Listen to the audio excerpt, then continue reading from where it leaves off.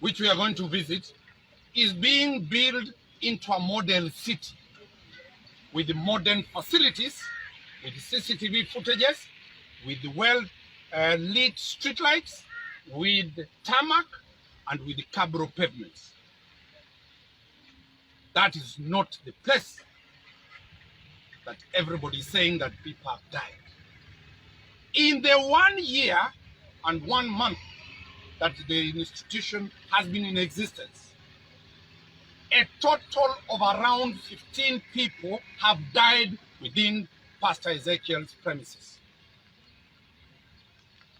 The policy of the church is that only people, if a patient is coming who is very sick for prayers and for miracles, that person will not be allowed in unless accompanied.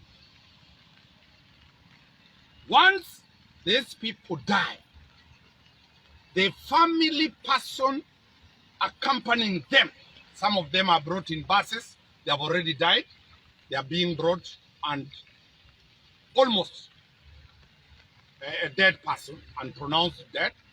The policy is that those who have died, the family members take them to take that report to the nearest police station.